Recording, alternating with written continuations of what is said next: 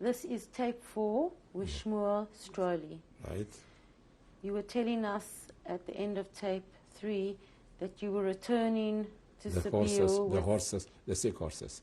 So we returned, when we arrived to Sibiu, the law was, this Felderman did this law, worked out with the council, that if you are 2 years out of the country in a labor camp, you are entitled to ask to bring you in the country. You work, but in the country camp, because, in Russia, This was also a good thing.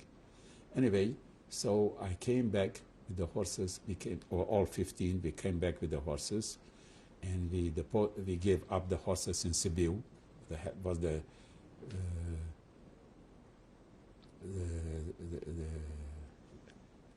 seventh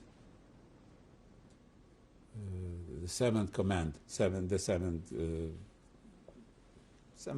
Rayon's command, the country command, was 10 commands. Anyway, so we get that. And then I told the guards, look, we are here in Sibiu. You are also boys from around here. We had about 2 or 3 guards, not too many guards, because they knew we were. How far is Sibiu from Sharmash? Sharmash, about 80 kilometers. Look, I wasn't home for over 2 years, and the other boys also weren't home. You go home too, and we go home too, and we make 3 or 4 days, and we meet there and there.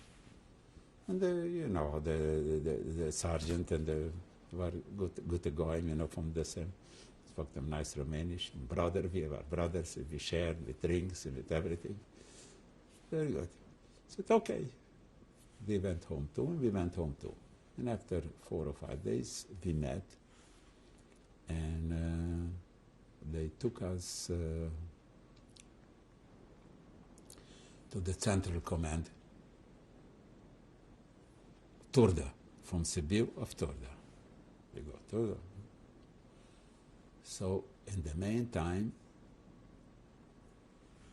after we went back to the battalion, and then the Germans the Russians gave another push for the Germans. So the Romanians have to pull out from Transnistria. They pulled out and was a pullback, not in order, because they were bombing and all kinds of stuff. So I figured, here, what I'm going to do, now that they're bombing, and so there's order here and there, I'm going to go home, and I'm going to go to the command, and I'm going to say, I'm here, I don't know where my battalion is, I am lost, and now is anyway, after 2 years, I have the right to ask to be here, and I want to work in Sharmash. And I started to work in Sharmash, in my own place. When was this? When this was? In 1943. Fine, they put me in Sharmash. Who did you find of your family when you got back home? Only my mother with my brothers. I found them, and when I was in Sibiu, I gave them a call that I'm coming home, and they came to greet me by the train. Not my mother, not my brothers, a friend came and greeted me, and his nose was like that, and he said, I want to tell you something. I said, don't tell me somebody is missing from the family. He said, yes, your father.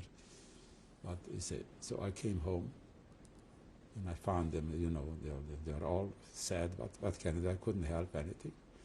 So what I want to tell you, so I went over to my uncle, my mother's brother, and I started to cry there. I didn't cry in front of my mother and all the brothers. I went over there with an older uncle,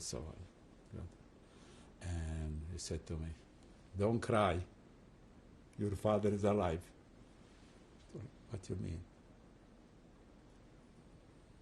He said, you see, somebody went there on the street by, he said, this fella's father died, not your. So what you say, uncle? Say, as long as you behave till now, and you're going to behave in the future, if somebody is going to ask, whose son are you? They're going to say, you are Moshe Stroli's son. I say, your father lives. For him, the other fellow asked him, who is he? he is so and so, but another father is mentioned, so your father lives as long as you behave.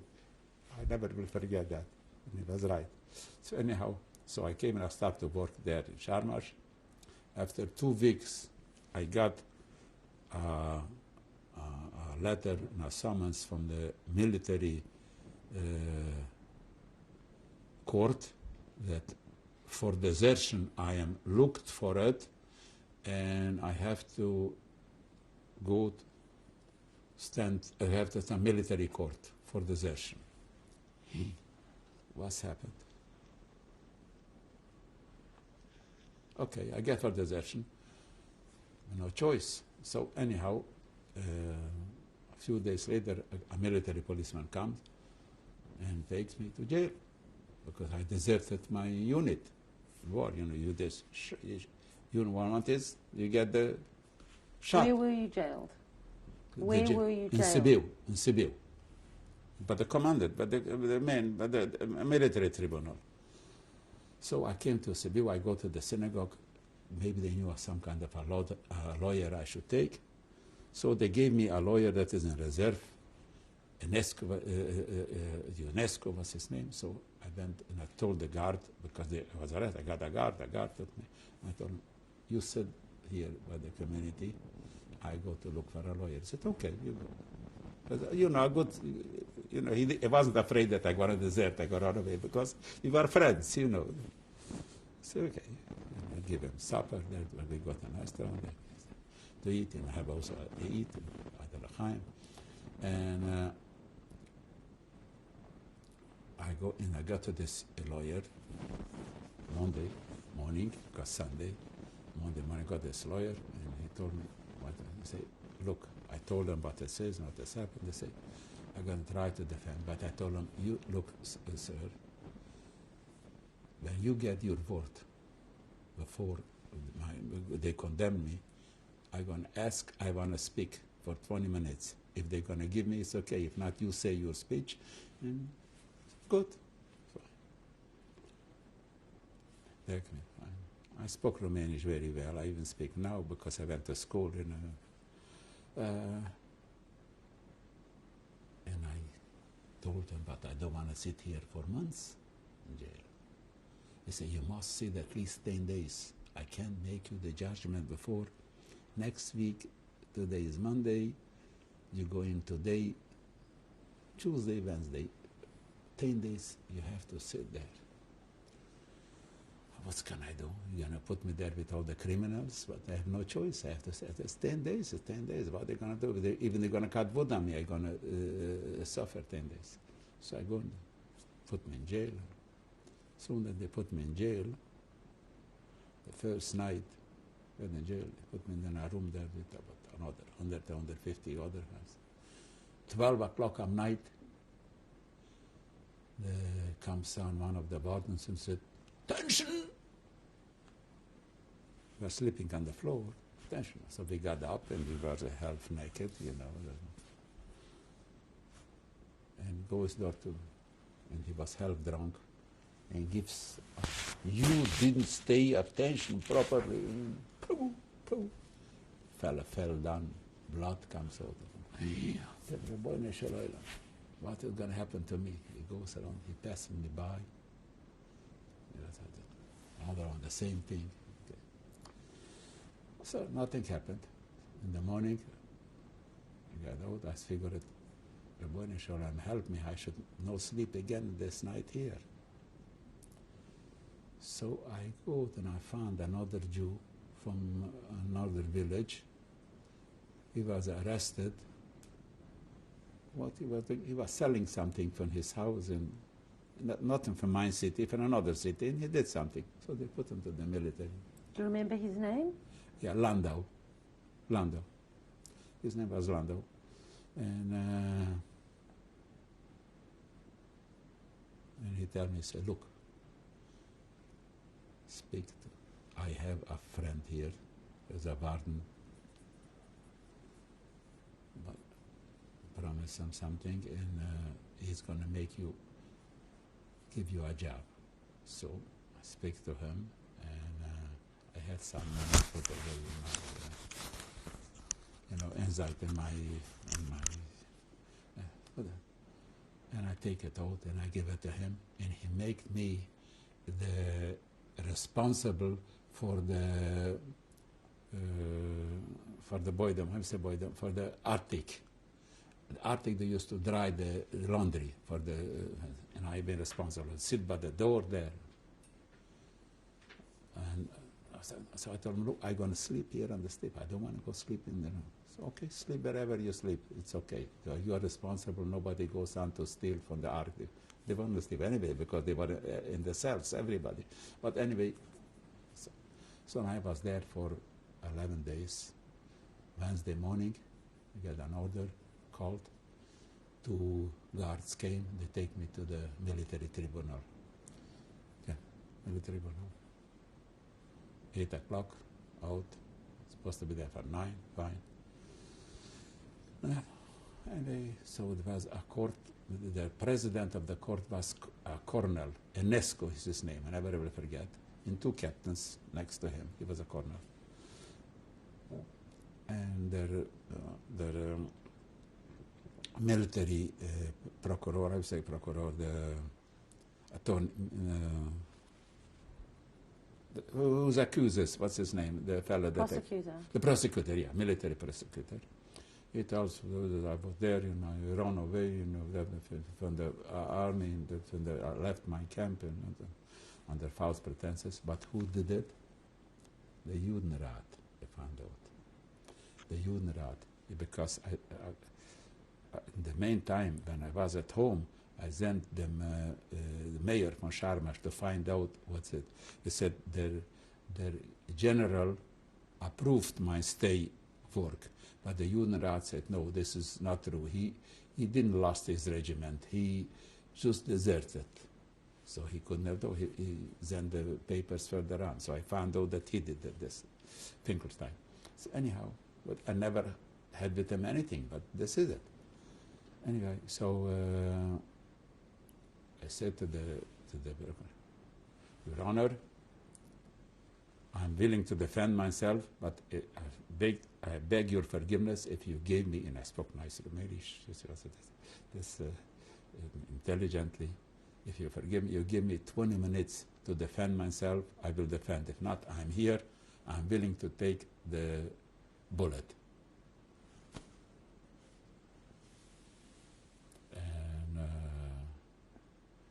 he looks to the other to the captains, what they say, and I see one makes with his eye that, she'll let me speak. She'll let me speak. He said, oh, go ahead. So I spoke, I told him, Your Honor, I am a Romanian. My name is Valentine Stroli. My sin that I'm here before you is that I am born Jewish, but I'm sorry, this is not my fault. I can't help that. But I am a true son of Romania. And I tell them all my record from my the pre-training, the military, and from the stuff. Look, my record, so and so. And I was a voluntary, the front, first one, and so and so. And look, my record. I got out in this regiment, and I was on the line 5 meters between me and the enemy of Russia. I didn't need anything to do, only to step over, and I would be in the enemy's line. I did that. I fought for my country. My country gave me a shovel. This is my ammunition. I fought with the shovel. I never left the shovel. I did it, but my country put me to. Why? Because I felt that I'm a Romanian. And I told them all my history and all my records, and my father's records, and where we lived. And only my sin is I'm born Jewish. I can't help that. But I'm a Romanian, and I will always be a Romanian, and I'm a son of this country. And Romania is my country. And long live Romania. And then after I kept my speech, he asked the lawyer, what do you have to say?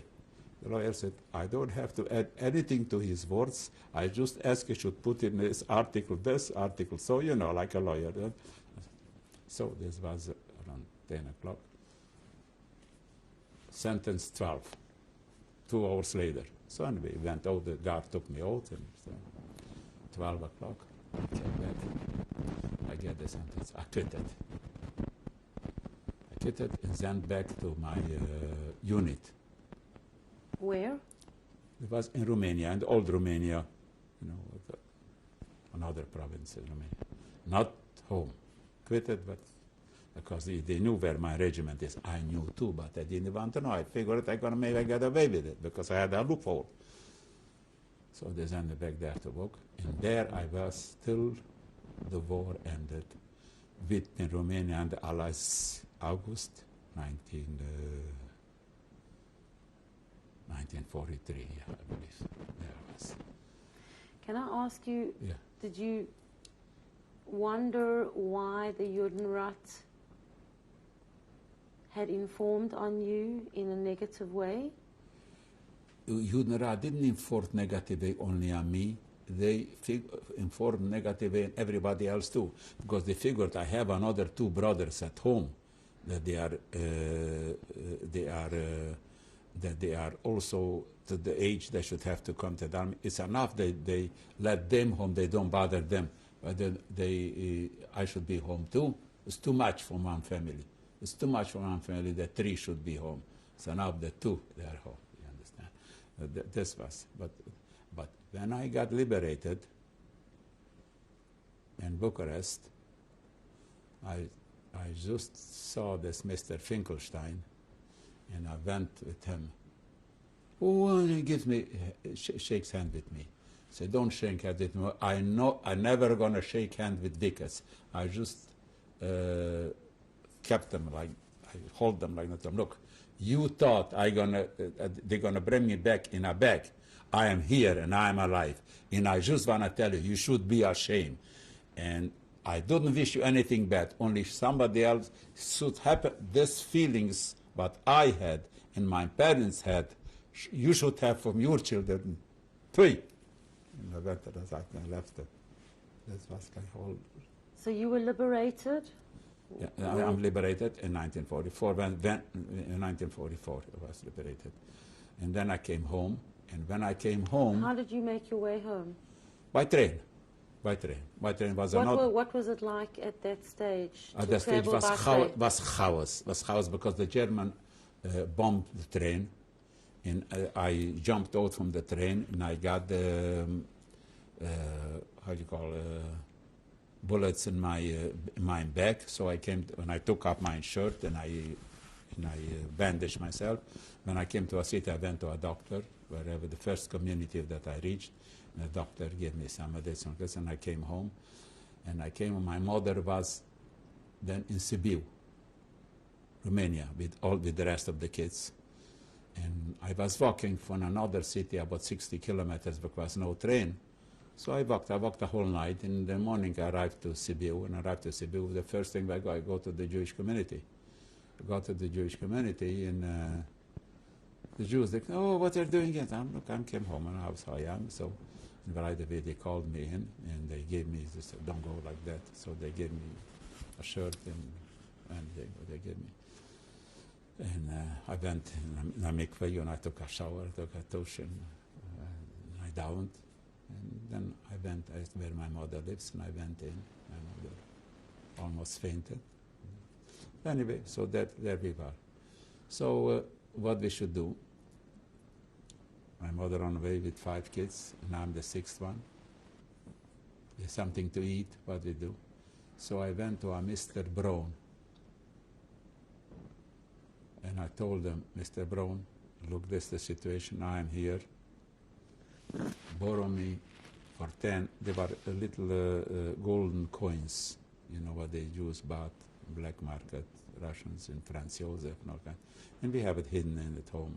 If we have to, we have hidden something. I'm selling you 10 pieces from this, give me the money for it, I have to go to make a living. give me the price of today. Tomorrow they're going to be more expensive. How much they're going to be? Soon I came off Sharmash. I owe you 10 pieces because you're not supposed to pay interest for the Jewish. So he gave me the money. And I started to make business, buy rubles and sell and things like that. And I was there for another 10 days. Then I went to Cluj. And Cluj, my mother had a house. My grandmother had a house. I went to see about the house. And somebody was living in the house, and I kicked them out right away from there. I took possession of the house. And then I came to Sharmash. Then my mother came to Cluj with the children. What was the reaction of the local population towards yourself? The Romanians were happy. The Romanians were happy. And oh, you are alive. The Hungarians were alive.